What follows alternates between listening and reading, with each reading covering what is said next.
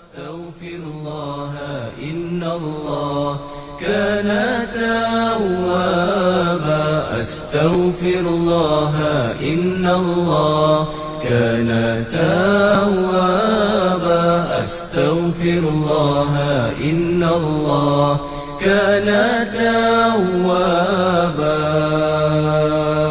أستغفر الله إن الله كان توابا أستغفر الله إن الله كان توابا أستغفر الله إن الله كان توابا أستغفر الله إن الله كان توابا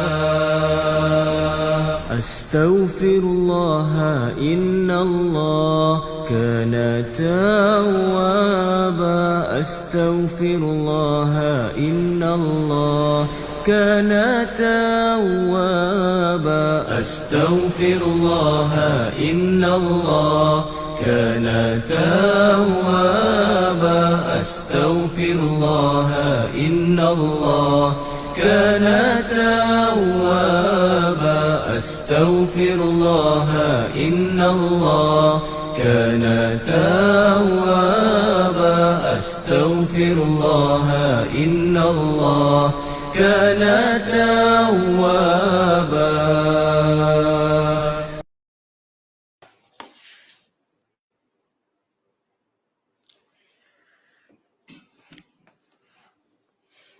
أعوذ بالله السميع العليم من الشيطان الرجيم.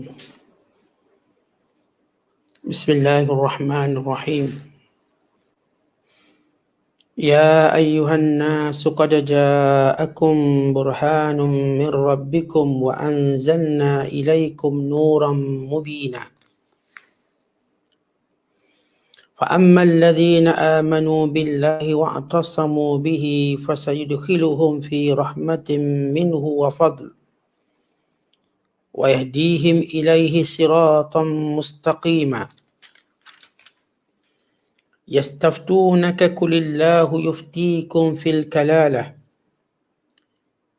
إن امرؤ هلك ليس له ولد وله أخت فلها نصف ما ترك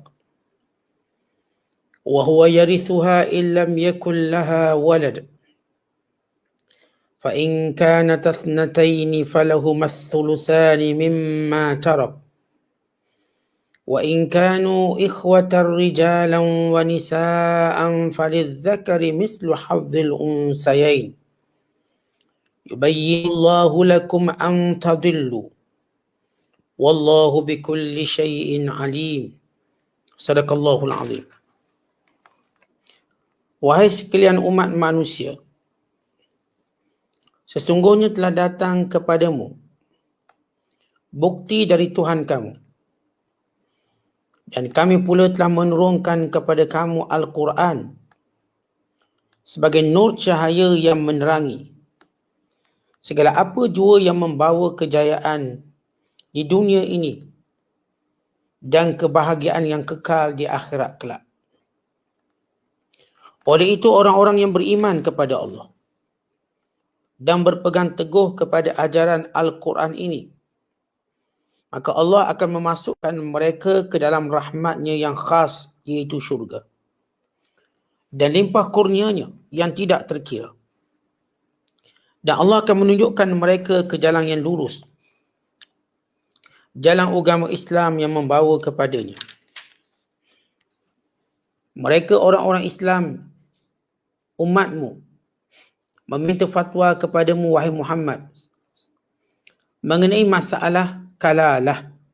Katakanlah, Allah memberi fatwa kepada kamu dalam perkara kalalah itu, iaitu jika seorang mati yang tidak mempunyai anak dan ia mempunyai seorang saudara perempuan, maka bagi saudara perempuan itu 1/2 dari harta yang ditinggalkan oleh si mati.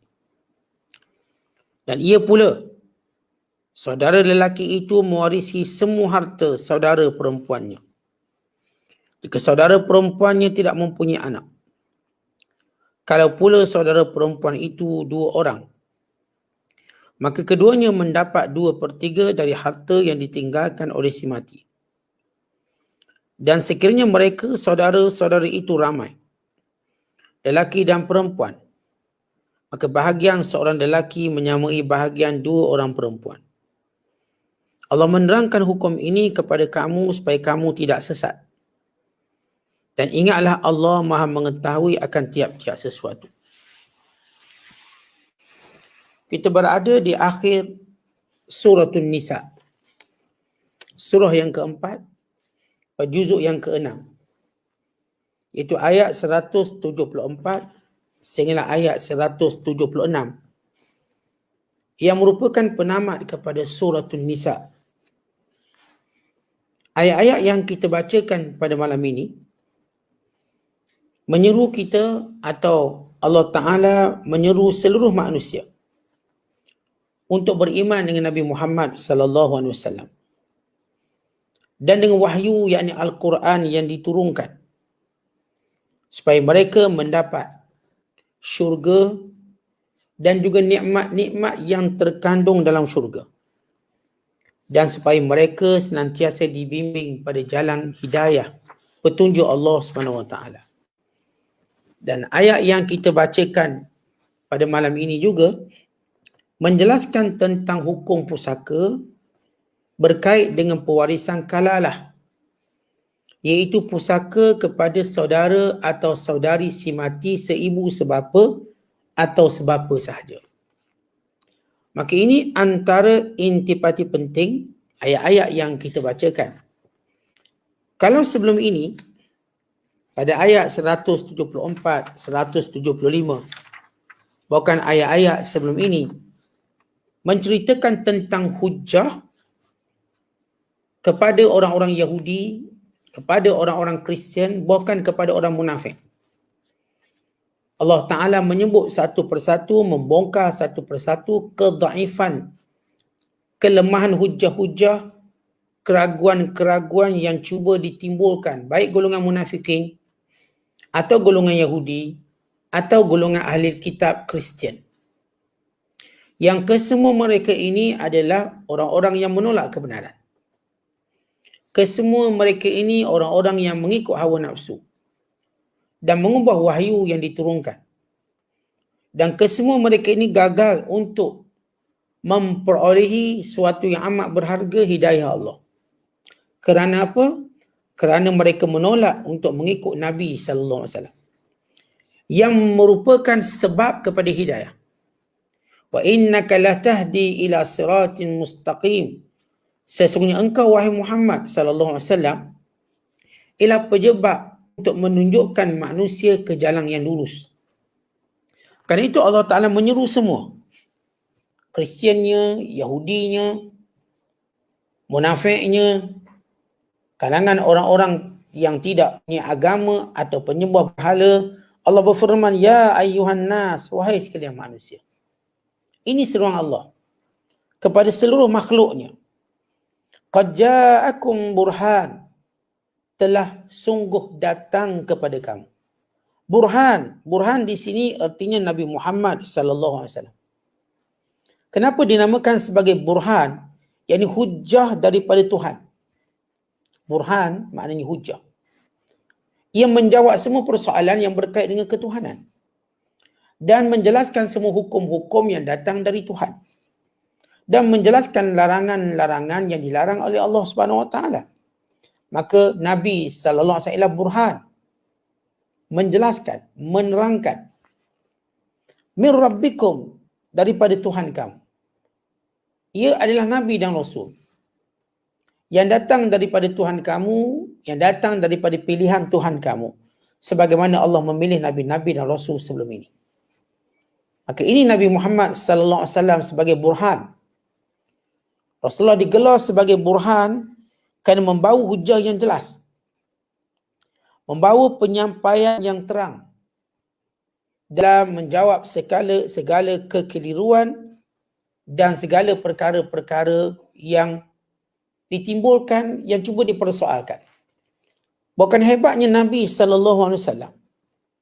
Nabi hidup dalam masyarakat jahiliah yang buta huruf, yang pelbagai perangai, pelbagai watak-watak buruk yang wujud di sana, tetapi Nabi SAW tidak terpengaruh walau sedikit.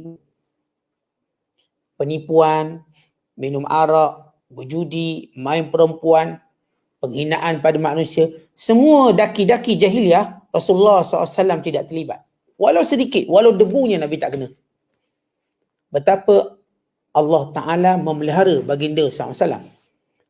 Betapa Rasulullah ini berada dalam jagaan Allah Ta'ala dan persiapan yang lengkap untuk menerima risalah dan contoh tauladan yang tertinggi kepada manusia. Kita biasa tuan-tuan kalau hidup dalam masyarakat rosak, paling kurang pun terkena juga. Duduk dalam masyarakat yang terkena dengan buruk perangai dan sebagainya, paling kurang tempiasnya kita kena. Jangan kata nak ubah, kita berubah. Tetapi Nabi SAW bukan sekadar tidak berubah, Nabi ubah pula. Nabi membentuk golongan sahabat yang berjaya membuang segala perangai-perangai jahiliah dan mewujudkan akhlak yang mulia yang tertinggi. Maka inilah burhan. Sehingga kalau sesiapa yang mencari kecacatan pada tubuh Nabi SAW, mereka tak jumpa. Kan itu Allah menyatakan, Allah turunkan kepada kamu, Allah datangkan kepada kamu satu burhan. Wa anzalna ilaikum, dan dia juga mewahyukan kepada kamu nuram mubina. Nuram mubina terjemahannya cahaya yang jelas, yakni Al-Quran. Kerana di dalam Al-Quran itu menjelaskan kebenaran dengan begitu jelas. Al-Quran yang datang bagi memperbetulkan akidah, memperbetulkan sistem kehidupan manusia. Maka Al-Quran menegaskan tentang tauhid Tuhan yang esa dan memerangi penyembahan berhala, syirik dan sekutu kepada Allah Ta'ala. Dan Al-Quran menjelaskan bagaimana tipu daya pembohongan orang-orang Yahudi, orang-orang Nasara, Kristian yang telah mengubah isi kandungan kitab. Dan Al-Quran mempasakkan ma'alim hidayah, iaitu tanda-tanda hidayah, dan menjelaskan jalan-jalan ibadat yang sebenar, sembahyangnya, puasanya, zakatnya, hajinya, dan semua bentuk ibadat, dan meletakkan asas-asas akhlak yang baik, peraturan kehidupan manusia yang bijaksana, sama ada dalam peperangan, sama ada dalam politik, sama ada dalam damai, sama ada dalam perkara yang berkaitan ekonomi, kemasyarakatan, bukan ilmu carakawala, yakni ilmu kejadian langit dan bumi, dan juga segala keajaiban-keajaibannya. Bahkan Al-Quran menjelaskan tentang sirah, yakni perjalanan hidup Nabi SAW. Kan itu Allah kata, wahai manusia, tengok dua benda ni. Pertama, tengok Nabi Muhammad SAW. Yang kedua, tengok Al-Quran. Tengok Muhammad pembawa risalah. Dan tengok Al-Quran yang menjadi panduan hidup. Apakah kamu nampak ada pertentangan? Saling menjelaskan antara satu sama lain. Apakah kamu nampak apa yang Nabi kata bertentangan dengan Al-Quran? Atau apa yang Quran perintah bertentangan dengan perbuatan Nabi SAW? Tidak, ia melengkapkan, saling melengkapkan. Di mana Rasulullah mensyarahkan Al-Quran, memahamkan Al-Quran. Al-Quran menunjukkan apa yang dibawa oleh Nabi SAW. Sebab itu disebut hujah dan cahaya yang terang benderang. Begitu jelas. Umpama kita katakan seorang yang pegang torchlight. Torchlight itu dah terang. Seorang yang pegang, yang tahu nak suluh kat mana, nak tunjuk kat mana. Maka inilah dia peranan Al-Quran dan peranan Nabi SAW. Lalu Allah menyebut, فَأَمَّا الَّذِينَ آمَنُوا. Adapun orang-orang yang sebenar-benar beriman. Adapun orang-orang yang sebenar-benar beriman dengan Allah, wa'tasamu bihi, dan berpegang dengan Allah, fasayudkhiluhum, maka Allah akan memasukkan mereka semua fi rahmatin min, dalam syurganya. Perkataan rahmah di situ kata Ibn Abbas maknanya syurga. Ini janji Allah. Siapa buat baik, siapa yang beriman, syurga. Maknanya yang tidak beriman, neraka. Yang Kristian neraka, Yahudi neraka. Bukan kita kata, Allah kata. Allah yang menjelaskan. Syurga neraka milik Allah, bukan milik manusia. Allah yang menjelaskan tempat orang kafir itu dalam neraka. Ada orang tak faham. Bila kita kata orang kafir dan neraka, dia ingat syurga neraka mulut dia kot. Kita tak kata mulut kita. Daripada firman Allah, wahyu Allah. Sebab itu Allah menyebut, adapun orang beriman kepada Allah. Tak cukup makna iman, i'tisam, yakni berpegang teguh dengan keimanannya. Menunjukkan dalam keimanan itu akan ada ujian. Siapa pun yang beriman, maka dia akan diuji dalam memegang Al-Quran dan memegang Islam dan memegang sunnah Nabi SAW. Maka kalau dia berpegang teguh, maka kata Allah, fasayudkhiluhum, dia akan dimasukkan oleh Allah fi rahmatin min, dalam syurganya. Dia perkataan rahmat di syurga.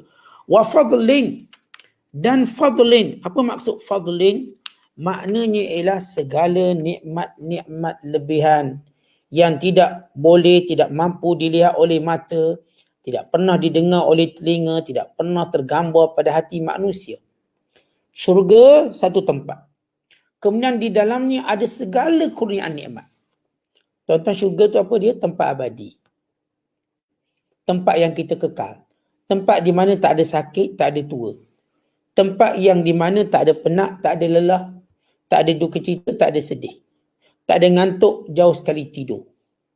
Tempat di mana manusia akan melihat dia ada mutlak lebih baik daripada tempat yang mereka pernah duduk dan pernah mereka tinggal. Kemudian bila Allah menyebut wafadl, dalam tu ada segala lebihan yang mereka nak. Setiap kali manusia inginkan sesuatu, dia akan mendapat lebih daripada apa yang dia inginkan. Setiap kali manusia membayangkan sesuatu, dia akan dapat sesuatu yang lebih daripada apa yang dibayangkan.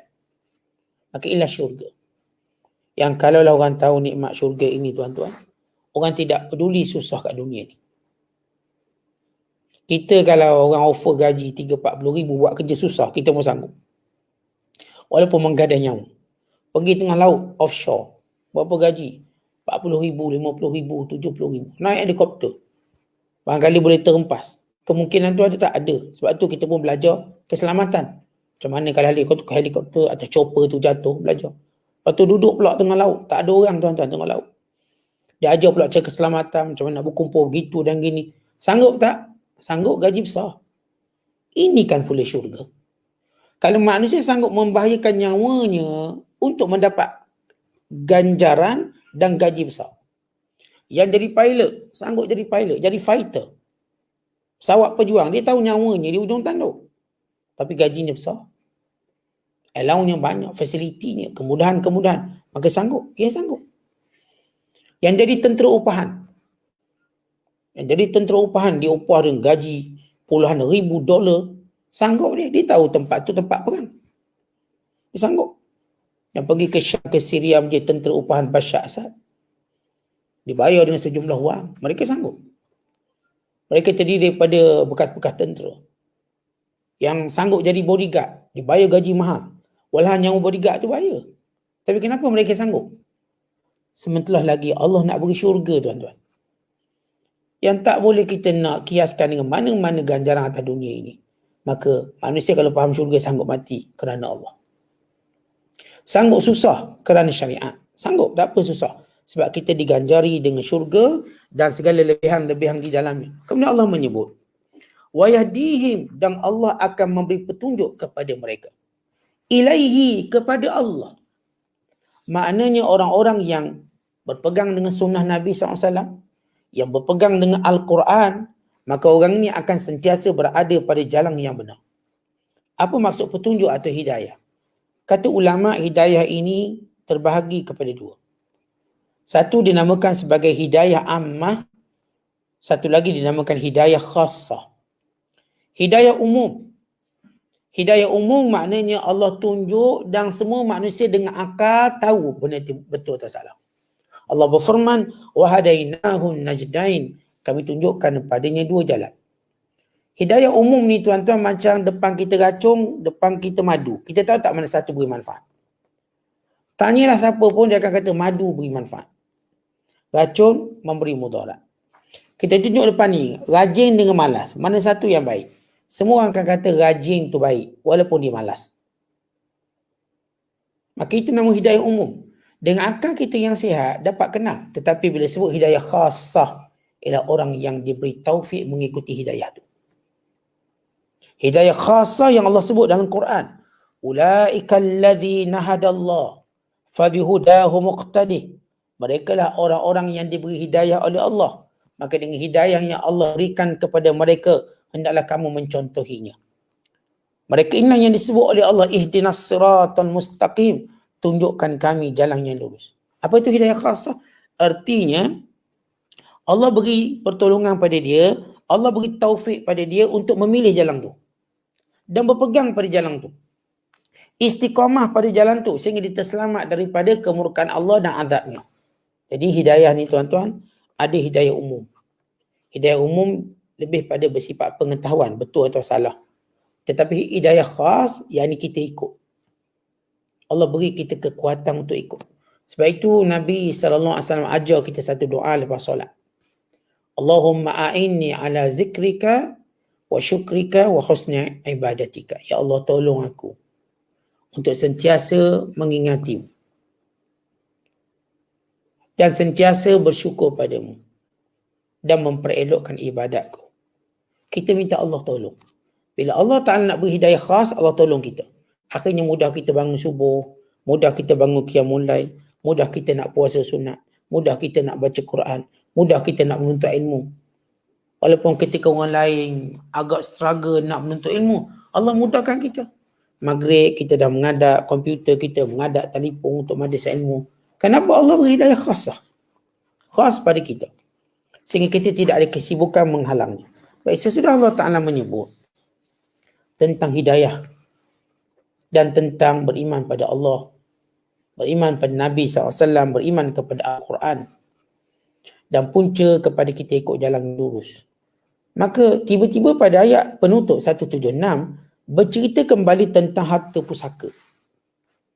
Baik, apa dia punya kaitan? Lepas cerita tentang munafik, Yahudi, Kristian, golongan yang berpegang kepada konsep Trinity, kemudian bercerita tentang bagaimana kewajiban beriman pada Nabi SAW, tiba masuk harta pusaka balik. Contoh kita lihat surah An-Nisa daripada awal bercerita tentang urusan harta benda. Bermula daripada pengurusan mas kahwin kepada harta anak yatim sehingga membabitkan harta pusaka yang menjadi milik pada lelaki dan perempuan, yang menjadi milik kepada suami atau isteri, ibu atau ayah, anak lelaki atau anak perempuan, dan juga saudara-saudara seibu. Maka kesemua hukum-hukum yang berkait dengan pemilikan pusaka sudah disebut melainkan satu kelompok dan golongan. Apa dia? Iaitu saudara seibu sebapa. Yang disebut sebagai al-ikhwatul asyiqa atau disebut juga sebagai al-akhawatu syaqiqat, iaitu saudara lelaki atau saudara perempuan seibu sebapa. Harta pusaka tentang anak lelaki telah disebut permulaan surah An-Nisa. Harta pusaka tentang perempuan juga disebut. Lidzakari mislu hadzil unsayain. Anak lelaki seganda anak perempuan. Harta pusaka isteri juga disebut. Harta pusaka suami juga disebut. Harta pusaka yang menjadi milik ayah juga disebut. Ibu juga disebut pada permulaan surah An-Nisa. Demikian juga saudara seibu. Artinya dalam peringkat suami isteri disebut, anak-anak disebut, usul, ibu ayah disebut, kemudian disebut hawashi, adik beradik. Seibu telah disebut bahawa kalau mereka, jumlah mereka ini seorang 1/6. Kalau 2 ke atas 1/3 berkongsi. Maka Allah menyebut satu pusaka lagi iaitu milik saudara lelaki atau saudara perempuan seibu sebapa. Jadi munasabah kita baca ayat ni kerana permulaan Nisa tentang masalah harta. Maka eloklah ditutup dengan persoalan harta juga. Kita kalau start cakap macam tu, kita tutup pun macam tu. Tengah-tengah tu cerita lain tu tak apa. Tapi akhirnya kembali balik kepada apa yang nak disebut. Dan yang kedua, kerana tiba-tiba disebut masalah harta.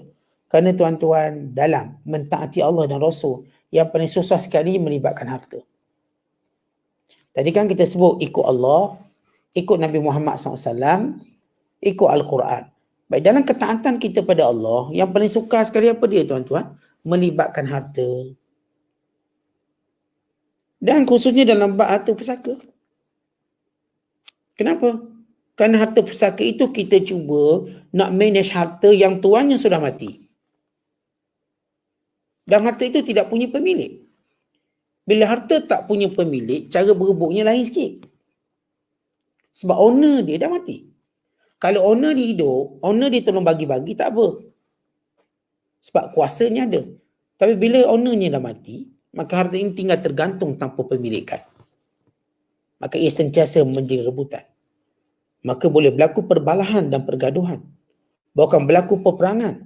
Dan berlaku helah macam munafik, helah macam Yahudi, helah macam Kristian pun berlaku. Sebab nak dapat harta banyak. Yang ni kata, bukankah saya anak sulung? Saya dapat banyak. Ni helah Yahudi. Nak ambil harta orang.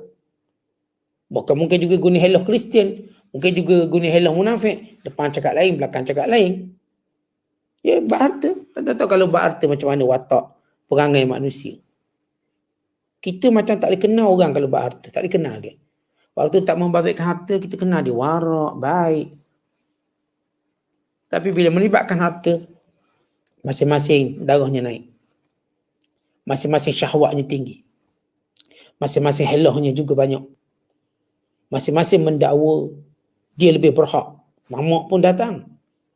Kerana itu bab harta, pusaka Allah jelaskan. Allah tak biarkan manusia menyelesaikan masalah pusaka cara mereka. Cara baik-baik mereka ke, cara adil dengan sifat yang mereka kata adil. Tidak. Allah serah. Allah yang buat. Kerana itu Allah menyebut, yastaftunaka. Mereka bertanya kepadamu wahai Muhammad. Meminta fatwa kepadamu wahai Muhammad. Kulillah, katakan Allah. Yuftikun, yang akan beri fatwa. Fil kalalah. Iaitu pada kalalah. Apa itu kalalah? Allah Ta'ala sebut. Ini muru'un, seorang lelaki atau seorang perempuan halaka yang mati. Laisa lahu walad, dia tidak ada anak. Mana-mana orang mati tak ada anak. Kalau orang tu mati tak ada anak. Sedangkan anak ini dipanggil pemilik asabah atau pemilik terbesar. Maka bagaimana pembahagiannya? Walahu ukhtun, dan dia ada saudara perempuan atau saudari perempuan. Falaha nisfu ma tarak, bagi saudara perempuannya ini separuh daripada harta. Perkataan kalalah ini iaitu seorang yang mati, dia tak ada anak dan dia tak ada ayah. Ayah dia tak ada, anak pun dia tak ada. Baik, kenapa penting ayah dan anak dalam warisan pusaka? Sebab ia akan menjadi pentaksib. Pentaksib yang mendapat asabah. Maka orang ni mati, dia tak ada ayah dan dia tak ada anak. Dia mungkin ada isteri dan dia, kita katakan, mungkin ada suami tapi dia tak ada anak dan dia tak ada bapa. Maka kata Allah, kalau dia ada saudara perempuan seibu sebapa, ukhtun, maka saudara perempuan seibu sebapa akan mengambil bahagian seperti anaknya, iaitu kalau dia seorang, 1/2. Wa huwa yarithuha, dan dia akan mewarisinya, illam yakul laha walad, kalau perempuan itu tidak punya anak. Fa in kanat tathnatain, kalau mereka berdua. Ini seorang tu mati, dia tak ada ayah, dia tak ada anak, tapi dia ada saudara perempuan 2 orang ke atas. Maka falahumas thuluthani, dia mendapat 2/3 mimma tarak, daripada apa yang ditinggalkan. Wa in kanu ikhwatar rijalan wa nisaa, tetapi kalau mereka bercampur lelaki dan perempuan, falidzakari mislu hadzil unsayain, bagi lelaki itu seganda, falidzakari, bagi lelaki itu seganda perempuan. Yubayyinullahu lakum an tadillu, Allah menerangkan kepada kamu wahai sekalian umat Islam, an tadillu, supaya kamu tak sesat. Sebab harta pusaka, harta ni orang mudah sesat. Macam saya katakan tadi lah, sentimen kita, nafsu kita, tamak kita, syaitan kita. Ramai orang dengan harta jadi sesat. Wallahu bikulli syai'in alim. Allah mengetahui setiap sesuatu. Orang Yahudi sesat pun kerana harta. Kristian sesat juga kerana harta. Munafik sesat juga kerana harta. Maka jangan kamu pula orang beriman sesat kerana harta. Sebab itu Allah Ta'ala kata, kami jelaskan hukum berkait dengan harta ini. Baik, dengan secara umumnya tuan-tuan, bila kita faham apa itu kalalah. Itu kalalah, yang dimaksudkan dengan perkataan kalalah di sini, ia berlaku dalam 4 keadaan. kalalah ini. Yang pertama, seorang yang mati. Dia cuma meninggalkan saudari perempuan seibu sebapa. Dia tak ada anak, dia tak ada ayah. Maka ketika itu, adik-beradik seibu sebapa dia akan mewarisi 1/2. Dan bakinya kepada mana-mana lelaki yang ada. Yang bukan, kita katakan, dia bukan ayahnya sebab ayahnya tak ada, bukan anaknya. Mungkin dapatkan sepupu atau sebagainya. Tapi kalau sepupu pun tak ada, maka dia akan mendapat 1/2 secara fardu dan baki itu dia akan dapat secara ra'. Apa itu ra'? Ra' ni makna tuan-tuan ada lebihan diberikan kepada saudari perempuan ini juga. 1/2 plus 1/2, 1/2 plus baki. Bila tak ada waris lain. Jadi kalau seorang lelaki atau seorang perempuan, dia mati dia tak ada ayah. Ini dia punya indikator. Ayah tak ada, anak tak ada. Dia tak ada anak. Tak kira anak lelaki ke perempuan. Asal tak ada anak. Dia tak ada ayah. Maka ketika itu, adik-beradik dia, kalau adik-beradik itu cuma tinggal seorang perempuan saja, dia akan mendapat 1/2. Kemudian dicari waris lelaki yang lain. Ada tak sepupu dia? Tak ada misalnya. Maka bakinya lagi 1/2 diambil lagi secara hukum rad. Apa itu rad? Yakni bila ada lebihan harta dan tak ada pewaris, maka dipulangkan kepada saudari perempuan tadi. Baik, keadaan yang kedua, iaitu bila mana perempuan pula mati, dia cuma meninggalkan seorang lelaki. Maksudnya, perempuan ni mati, dia tak ada ayah, dia tak ada anak. Sama juga. Tak ada ayah, dia tak ada anak, dia cuma tinggal saudara lelaki. Maka saudara lelakinya akan mengambil kesemua harta pusakanya. Tapi kalau sekiranya, sama juga keadaan, kalau sekiranya yang mati itu ialah lelaki, tadi perempuan. Tapi perempuan tadi tak ada anak dan dia juga tak ada bapa. Tapi kalau lelaki pula mati, dia juga tak ada anak, tak ada bapa, maka dia cuma ada saudara lelakinya seorang. Maka saudara lelaki seibu sebapa akan mengambil seluruh harta pusaka. Keadaan yang ketiga, apabila si mati tadi meninggalkan saudaranya 2 orang. 2 orang perempuan. Maka dia akan mendapat 2/3. 2/3 daripada harta tersebut. Kemudian keadaan yang keempat, bila mana si mati tadi dia mati, meninggalkan saudara lelaki dan perempuan bercampur. Lelaki ada, perempuan pun ada. Tak kira berapa orang pun. Maka ketika itu, lelaki seganda daripada perempuan. Itulah 4 keadaan yang dinamakan sebagai persoalan kalalah. Apa itu kalalah? Seorang mati, dia tidak ada ayah dan dia tidak ada anak. Lelaki ataupun perempuan, tak kira. Baik, kalau dia ada suami, kalau dia ada isteri, pun dinamakan kalalah. Jadi kalau dia mati, yang penting dia tak ada dua golongan ni. Iaitu anak dia tak ada, lelaki ataupun perempuan. Dan yang kedua dia tak ada ayah. Kalau dia ada mak sekalipun, maka dia masih lagi disebut sebagai kalalah. Sebab dia tak ada pentaksib yang mengambil asabah harta. Maka kalau seorang tu mati, perempuan, dia mati, dia ada seorang suami. Kemudian dia ada saudari perempuan seorang. Maka suami akan dapat berapa? Suami akan mendapat 1/2 harta. Sebab si isteri tak ada anak. Manakala baki 1/2 dapat pada siapa? Dapat pada saudari perempuannya tadi 1/2. Maka habis harta pusaka. Kalau sekiranya kita katakan dia ni ada seorang suami. Suami akan dapat 1/2. Dan dia ada 2 orang saudari perempuan. Maka saudari perempuan akan mendapat 2/3 daripada harta tersebut. Maka dibahagikan. Dia sama. Maka yang baki tadi kembali pada dia. Dia lepas ambil 1/2, baki lagi 1/2, 2/3 daripada 1/2 tadi diambil. Maka ini persoalan kalalah yang dijawab oleh Allah Subhanahu Wa Taala. Kalau kita lihat hadis Nabi sallallahu alaihi wasallam, daripada Jabir berkata, aku mengadu kepada Nabi SAW kerana sakit. Lalu Rasulullah menziarahiku. Lalu aku berkata, ya Rasulullah, akan kuwasiatkan kepada adik-beradik perempuanku. Sebab dia ada 7 adik-beradik perempuan. Jabir bin Abdullah. Akan kuwasiatkan kepada mereka 1/3. Kata Nabi SAW, bagus. Lalu kataku lagi, akan kuwasiatkan separuh. Nabi kata bagus. Kemudian Rasulullah SAW pun keluar. Kemudian Nabi masuk kembali kepadaku. Lalu dia berkata, la araka tamutu fi waj'ika hadha. Aku tak rasa kamu akan mati dengan sakitmu ini. Sesungguhnya Allah telah menurunkan ayat Al-Quran dan menerangkan bahawa bagi adik-beradik perempuan kamu, dia akan mendapat 2/3. Ayat ini turun bersempena dengan kisah Jabir bin Abdullah.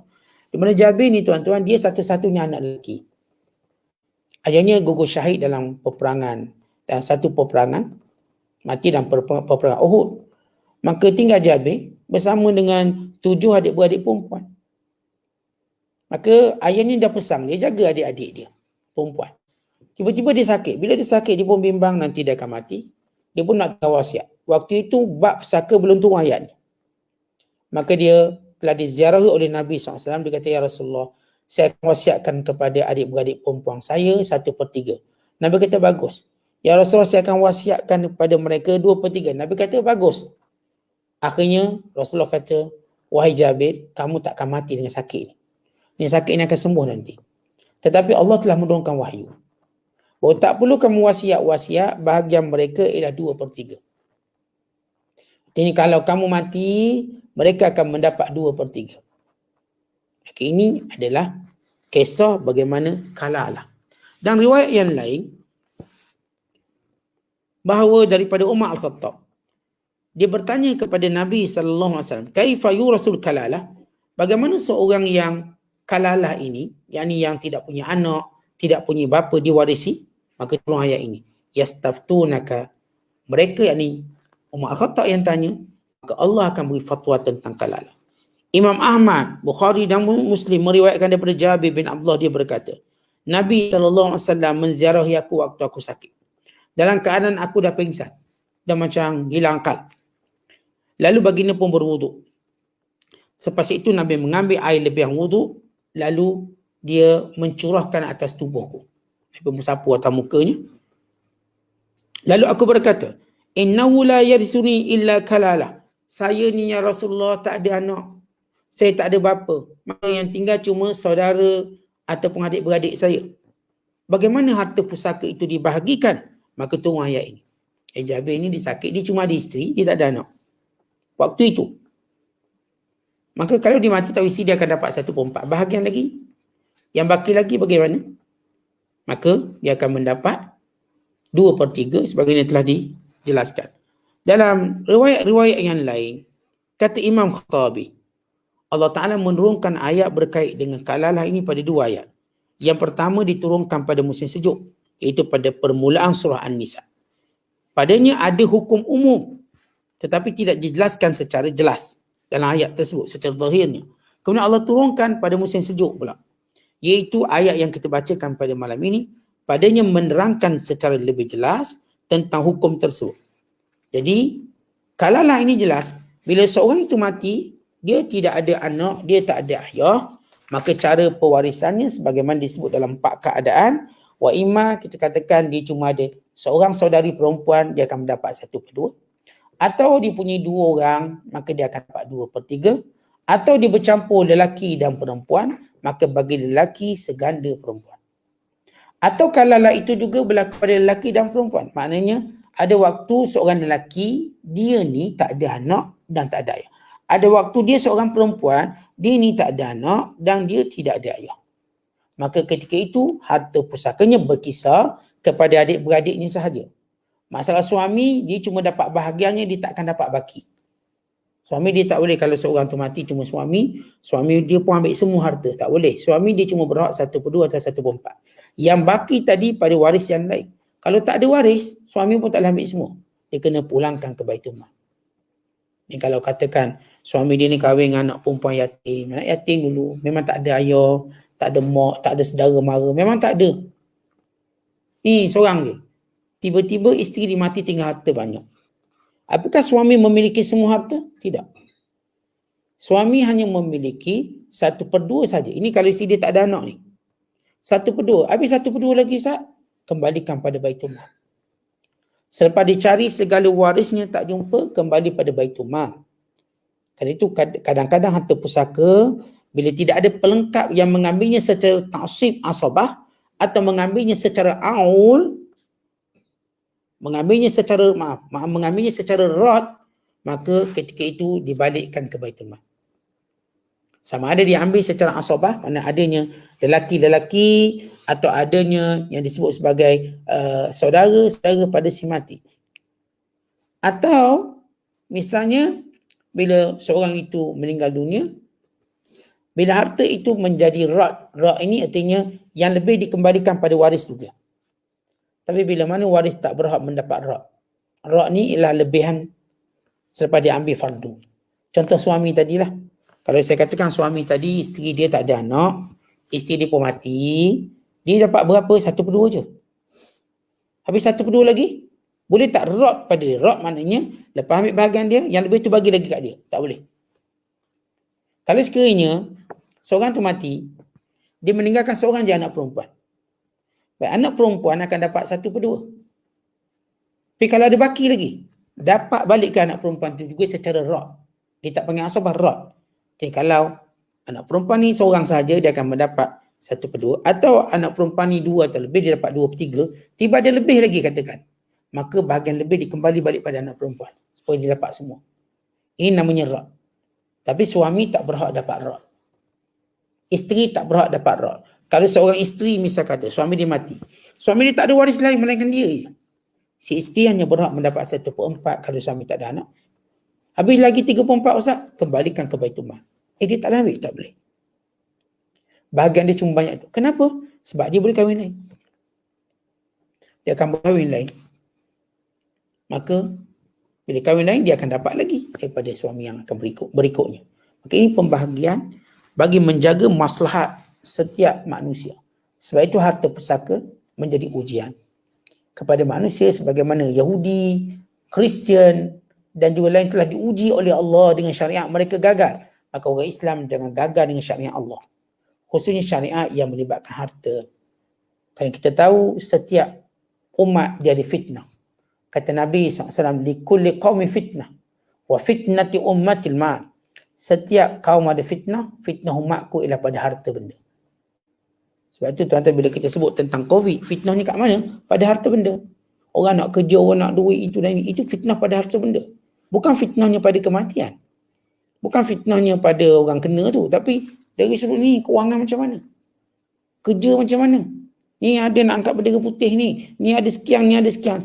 Ceritanya apa kat situ? Duit. Kalau disesatkan masalah duit agak-agak, apakah masyarakat akan bising?